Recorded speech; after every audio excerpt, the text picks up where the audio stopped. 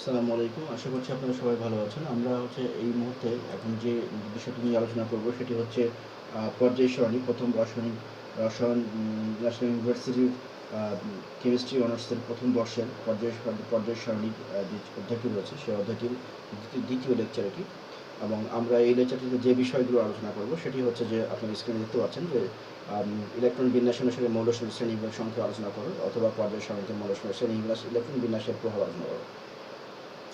আমরা প্রতিটি ভিডিওতে যখনই আলোচনা করি তখনই কিছু গুরুত্বপূর্ণ কোশ্চেন যেগুলো বিভিন্ন বর্ষের পরীক্ষায় এসেছে, ফাইনাল পরীক্ষায় বা ন্যাশনাল ইউনিভার্সিটিতে এসেছে বা বিভিন্ন পাবলিক ইউনিভার্সিটিতে ব্যবহৃত হয়েছে বা এসেছে, সেগুলোই শুধু আমরা আলোচনা করি যাতে করে পরীক্ষায় একটি ভালো রেজাল্ট পাওয়া যায় এবং পরীক্ষায় পুরোপুরি কমন পাওয়া যায়। সুতরাং আপনারা যে সমস্ত লেকচারগুলোতে যে কোশ্চেনগুলো পড়ানো হচ্ছে এই কোশ্চেনগুলো যদি পুরোপুরি প্রিপারেশন নিতে পারেন তাহলে 100% কমন পাবেন, এটি আমরা নিশ্চিত করতে পারি। আচ্ছা, আমরা তাহলে আলোচনায় চলে যাই। প্রথমত হচ্ছে ইলেকট্রন বিন্যাস অনুসারে মৌলসমূহের শ্রেণীবিন্যাস সংক্ষেপে আলোচনা করো। মৌলসমূহের শ্রেণীবিন্যাসে ইলেকট্রন বিন্যাসের প্রভাব কী সেটি আমরা যদি দেখি তাহলে দেখেন যে যতগুলো মৌল পর্যায় সারণীতে রয়েছে সবগুলো মৌলকেই তাদের যদি ইলেকট্রনিক কনফিগারেশন করা হয় তাহলে কতগুলো ভাগে ভাগ করা যায়, এবং এই ভাগ করতে গিয়ে দেখা গেল যে সবগুলো মৌলকে 4টা গ্রুপে ভাগ করা যায়। একটা এস ব্লক মৌল বা এস অরবিটাল, আরেকটা হচ্ছে পি ব্লক মৌল বা পি অরবিটাল, ডি ব্লক মৌল বা ডি অরবিটাল, এফ ব্লক মৌল বা এফ অরবিটাল। এখন যদি এস ব্লক মৌল বা এস অরবিটাল মৌল কোনগুলো সেগুলো যদি আমরা আলোচনা করি তাহলে যে সমস্ত মৌলের ইলেকট্রনিক কনফিগারেশনে তাদের সর্ববহিষ্ঠ শক্তি স্তরের ইলেকট্রনটি এস অরবিটালে প্রবেশ করে সেগুলো এস ব্লক মৌল। এরকম মৌল কয়টা আছে? 14টা। এদের কনফিগারেশনগুলো কি? NS1 থেকে NS2। এস অরবিটালে দুটো ইলেকট্রনই থাকতে পারে, তার বেশি থাকতে পারে না, তাহলে একটা থাকবে না হয় দুটো থাকবে। সুতরাং NS1 থেকে NS2। আচ্ছা, পি ব্লক, যাদের সর্ববহিষ্ঠ শক্তি কক্ষপথ ইলেকট্রনটি পি অরবিটালে প্রবেশ করে তাদেরকে আমরা পি অরবিটাল মৌল বা পি ব্লক মৌল বলবো। এবং এরকম মৌলের সংখ্যা হচ্ছে 30টা পর্যায় সারণীতে। এবং এরা কারা কারা আমরা যদি দেখি তাহলে 3-এর এ, 4-এর এ, 5-এর এ, 6-এর এ, 7-এর এ এবং 0 গ্রুপের মৌলগুলো হচ্ছে পি ব্লক মৌল। অনুরূপভাবে ডি ব্লক মৌল যেগুলো সেগুলো যাদের বাইরের কক্ষপথ ইলেকট্রনটি ডি অরবিটালে প্রবেশ করে তো সেটা ডি ব্লক মৌল। এদের গঠনটা হচ্ছে n-1 d 1-10 ns 1-2। এরা কোন কোন গ্রুপের মৌলসমূহ রয়েছে? 3-এর বি, 4-এর বি, 5-এর বি, 6-এর বি, 7-এর বি, 8 এবং 1-এর বি ও 2-এর বি। এই বি গ্রুপের যতগুলো আছে সবগুলোই প্রায় 8 সহ সবগুলোই হচ্ছে আপনার ডি ব্লক মৌল বা অবস্থান্তর মৌল বা ট্রানজিশন এলিমেন্ট বলা হয়। এরকম মৌল কয়টা? 39টা। অনুরূপভাবে এফ ব্লক মৌল কারা রয়েছে? এফ ব্লক মৌল যাদের এফ অরবিটালে প্রবেশ করে। এরকম মৌলের সংখ্যা খুবই কম, মাত্র 30টা, এবং এটা শুধুমাত্র ল্যান্থানাইড এবং অ্যাক্টিনিয়াম সিরিজের মৌলগুলো সহ আর কি। এদেরকে ইনার ট্রানজিশন এলিমেন্ট বলা হয়, অভ্যন্তরীণ অবস্থান্তর মৌল বাংলায়, এবং বিরল মৃত্তিকা মৌল বা রেয়ার মেটাল বলা হয়। তো এই হলো ব্লক সমূহ অনুযায়ী মৌল শ্রেণী বিভাগ। এখন যদি কোশ্চেনটাকে ঘুরে এরকম বলে যে ইলেকট্রন বিন্যাসের প্রভাব আলোচনা করো, অথবা যে কোশ্চেনটা দেখতেছেন, তাহলে আপনারা এর সাথে শুধু অ্যাড করবেন যে যেহেতু মৌলগুলোকে পারমাণবিক ভর অনুসারে সাজাতে গেলে তাদের পারমাণবিক ভর অনুসারে সাজালে তাদের পিরিয়ডিক প্রপার্টিস বা পর্যায়বৃত্ত ধর্মগুলো একভাবে স্টেবল হয় না বা একইভাবে সাজানো যায় না, এবং যে আগে পরে হয়ে যায়। মানে ভর অনুসারে সাজাতে গেলে মৌলগুলোর অবস্থান আগে পরে হয়, যেটি তাদের পর্যায়বৃত্ত ধর্মকে মানে পরিত্যাগ করে। যার ফলে কি যে মৌলগুলোকে যদি ভর অনুসারে সাজানো হয় তাহলে পরে পর্যায় সারণীতে মৌলসমূহের যে বর্তমান সুস্থিতি রয়েছে সেটি ভঙ্গ হয় বা সেটি মানে বাস্তবায়িত হয় না। অর্থাৎ মৌলসমূহের পর্যায়বৃত্ত ধর্ম একই রকম হয় না। এখন যেমন বর্তমানে একই গ্রুপের মৌলসমূহ একই গ্রুপে থাকলে তাদের পিরিয়ডিক এবং কেমিক্যাল প্রপার্টিস অলমোস্ট সেম থাকে, সেটি বাস্তবায়িত হয় না। যার ফলে মৌলগুলোকে পর্যায় সারণীতে তাদের পারমাণবিক বিন্যাস বা পারমাণবিক সংখ্যা বা ইলেকট্রন নাম্বারের উপরে ভিত্তি করে সাজানোটা যুক্তিসঙ্গত হয়েছে। এই কথাটাকে অ্যাড করে দিতে হবে। আচ্ছা, এরপরে কোশ্চেন সেটি হচ্ছে আমরা 3 নম্বর কোশ্চেনটা আগে পড়ব। পর্যায় সারণীতে নিষ্ক্রিয় গ্যাসের অবস্থান বর্ণনা করো। নিষ্ক্রিয় গ্যাসের অবস্থান যুক্তিযুক্ত কিনা ব্যাখ্যা করো। পর্যায় সারণীতে নিষ্ক্রিয় গ্যাসের অবস্থানের সপক্ষে যুক্তি প্রদর্শন করো। 3ভাবে কোশ্চেনটা হতে পারে। প্রথমত যে পর্যায় সারণীতে বা নিষ্ক্রিয় গ্যাস কোনটা সেটা আমরা আগে জানি। হিলিয়াম, নিওর, আর্গন, ক্রিপ্টন, জেনন, ব্রেডন এগুলো হচ্ছে নিষ্ক্রিয় গ্যাস। এবং এই 6টা নিষ্ক্রিয় গ্যাসের যদি ইলেকট্রনিক কনফিগারেশন আমরা দেখব কিছুক্ষণ পরে, তখন দেখব যে তারা হয় 2টা ইলেকট্রন বাইরের কক্ষপথে, না হলে 8টা ইলেকট্রন বা অষ্টক পূর্ণ রয়েছে। কোনো একটা যৌগ তাদের যেহেতু তাদের কনফিগারেশনটা এরকম, সুতরাং তাদের বাইরের কক্ষপথে ভ্যালেন্স ইলেকট্রন যে ইলেকট্রন যেটা সেটি কিন্তু শূন্যই রয়েছে, মানে তারা ইলেকট্রনিক কনফিগারেশন দিয়ে যে ইলেকট্রন শেয়ার বা গ্রহণ করবে সেই অবস্থা তাদের নেই, কারণ তারা অলরেডি স্টেবল পজিশনে রয়ে গেছে। সেই জন্য শূন্য যোজনীযুক্ত মৌলগুলোকে শূন্য শ্রেণীতে রাখতে হবে, এটাই স্বাভাবিক।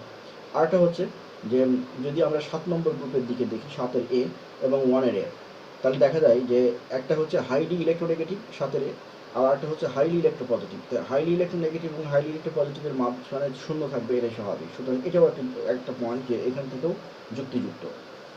আরেকটা হচ্ছে যে যদি আপনি 1-এর এ মৌলের গ্রুপের দিকে তাকান, তাহলে দেখবেন এই যে জারণ সংখ্যা এবং জারণ সংখ্যা এবং হচ্ছে যোজনী 1।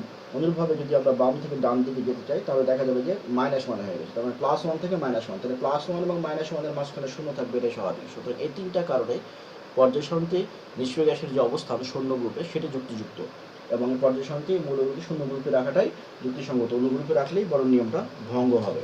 তাহলে এই হলো আপনার পর্যায় সারণীতে অবস্থানের নিষ্ক্রিয় গ্যাসগুলোকে অবস্থান করার যে শূন্য গ্রুপে রাখার যে মূল কারণ সেটি। এখন হলো নিষ্ক্রিয় গ্যাসসমূহ নিষ্ক্রিয়তার কারণ ব্যাখ্যা করো। আচ্ছা, এইটা বোঝার আগে আমরা একটা চিত্র দেখব। আচ্ছা দেখেন, এখানে এই চিত্রটা দেখেন, এখানে প্রথমে আমরা এই যে মিথেনের দিকে তাকাই। মিথেন কার্বন কেন হাইড্রোজেনের সাথে বন্ড গঠন করলো? বিকজ কার্বনের 4টা ইলেকট্রন বাইরের কক্ষপথে ছিল, আরও 4টা ইলেকট্রন যদি পায় তাহলে কার্বন অষ্টকপূর্ণ হয়, অর্থাৎ 8টা ইলেকট্রন হয় দ্বিতীয় কক্ষপথে। আর দ্বিতীয় কক্ষপথে কয়টা ইলেকট্রন ধারণ করতে পারে? 8টাই ধারণ করতে পারে। সুতরাং তার এটা যে চাহিদা বা ডিমান্ড ছিল সেটা পূর্ণ হয়ে যায়। এই ডিমান্ডকে ফুলফিল করার জন্য কিন্তু সে হাইড্রোজেনের সাথে সংযুক্ত হয়েছে। ওদের উল্টোভাবে আপনি যদি হাইড্রোজেনের দিকে তাকান, তাহলে হাইড্রোজেনের এস অরবিটালে 2টা ইলেকট্রনই থাকতে পারে। হাইড্রোজেন আছে একটা, আর একটা কার্বনের সাথে বন্ড ফর্ম করে সে একটা সমযোজী বন্ধন গঠন করলো, করে সে 2টা ইলেকট্রন সে পেয়ে গেল, শেয়ার পেল। তাহলে এই দুটা কারণে কিন্তু কার্বন এবং হাইড্রোজেন, কার্বন তার নিজের কারণে, হাইড্রোজেন তার নিজের কারণে তারা হচ্ছে সমযোজী বন্ধন বা কোভালেন্ট বন্ড গঠন করলো। অনুরূপভাবে আমরা যদি এখানে ইলেকট্রনিক কনফিগারেশন দেখি সোডিয়ামের, অনুরূপভাবে ক্লোরিনের, তাহলে দেখি যে বাইরের কক্ষপথে একটা ইলেকট্রন রয়েছে। যদি সোডিয়াম এই কক্ষপথটাকে অ্যাবলিশ করে দিতে পারে, ভ্যানিশ করে দিতে পারে, অর্থাৎ একটা ইলেকট্রন ছেড়ে দেয়, তাহলে তার খুব কম পরিমাণ শক্তি যায়, কিন্তু এর বিনিময়ে সে হচ্ছে স্টেবল পজিশন পেয়ে যায়, অর্থাৎ বাইরের কক্ষপথে 8টা ইলেকট্রন চলে আসে। দ্যাটস ওয়াই সোডিয়াম কী করে আয়নিক ফর্ম যৌগ ফর্ম করে ক্লোরিনের সাথে। অনুরূপভাবে ক্লোরিনের কিন্তু একটা ইলেকট্রন দরকার, কারণ তাহলে বাইরে তার ক্লোরিনের 8টা ইলেকট্রন হয়ে যায়, মানে 18টা হয়ে যায়। এবার আসেন হচ্ছে হিলিয়ামের দিকে। হিলিয়াম, নিয়ন, আর্গন যদি আমরা দেখি, তাহলে নিষ্ক্রিয় গ্যাসগুলোর ক্ষেত্রে কিন্তু দেখা যাচ্ছে তাদের হয় 2টা ইলেকট্রন আছে, নাহলে 8টা ইলেকট্রন, অথবা তারা বাইরের কক্ষপথে যে কটা ইলেকট্রন থাকার কথা সেগুলোর অষ্টক পূর্ণ রয়েছে, অর্থাৎ অষ্টক রুল নিয়ম মেনে চলতেছে। এই যে 2 আর 8 এই বাইরের কক্ষপথে ইলেকট্রন, এটা খুবই স্টেবল পজিশন পুরো মৌলের জন্য। দ্যাটস ওয়াই হচ্ছে সবগুলো মৌলে তাদের স্টেবল পজিশন যেতে চায়, এটা ন্যাচারাল ধর্ম সেই অনুযায়ী। এবং সেই কারণেই হচ্ছে যে হিলিয়াম এবং যে নিষ্ক্রিয় গ্যাসগুলো রয়েছে সেই গ্যাসগুলো তারা কোনো নতুন করে যৌগ ফর্ম করে না, কারণ তারা অলরেডি তো স্টেবল পজিশনে রয়েছে। যৌগ ফর্ম কেন হচ্ছে, যেমন মিথেনের দিকে তাকালে আমরা দেখলাম যে যৌগ ফর্ম হলো কেন, বিকজ হচ্ছে তারা স্টেবল পজিশন যেতে চায় সেই কারণে। কিন্তু এরা যেহেতু অলরেডি স্টেবল পজিশনে রয়েছে, সুতরাং হচ্ছে এদেরকে নতুন করে যৌগ গঠন করার কোনো প্রয়োজন নেই, কারণ তারা অলরেডি স্টেবল। এখন হলো যে যদি কোশ্চেনটা এরকম হয় যে নিষ্ক্রিয় গ্যাসসমূহ সমযোজী বন্ধন গঠন করে না, ব্যাখ্যা করো। সমযোজী বন্ধন গঠন কেন করে? আমরা এই যে মিথেনের দিকে দেখেছি সমযোজী বন্ধন এই কারণে করে যে তারা স্টেবল পজিশন যেতে চায়। অনুরূপভাবে এরা যেহেতু অলরেডি স্টেবল পজিশন আছে, সুতরাং সমযোজী বন্ধন গঠন করবে না। আবার কোশ্চেনটা হতে পারে নিষ্ক্রিয় গ্যাস আয়নিক বন্ধন গঠন করে না, ব্যাখ্যা করো। আয়নিক বন্ধন গঠন কেন গঠিত হয়? সোডিয়াম আর ক্লোরিনের দিকে আমরা দেখলাম যে কেন গঠিত হয়। সুতরাং এই কারণে যেহেতু তারা অলরেডি স্টেবল পজিশনে রয়েছে, আর সোডিয়াম আর আয়োডিন স্টেবল পজিশনে যাওয়া দরকার, দ্যাটস ওয়াই তারা বন্ড ফর্ম করছে বা কেমিক্যাল রিঅ্যাকশন শো করতেছে।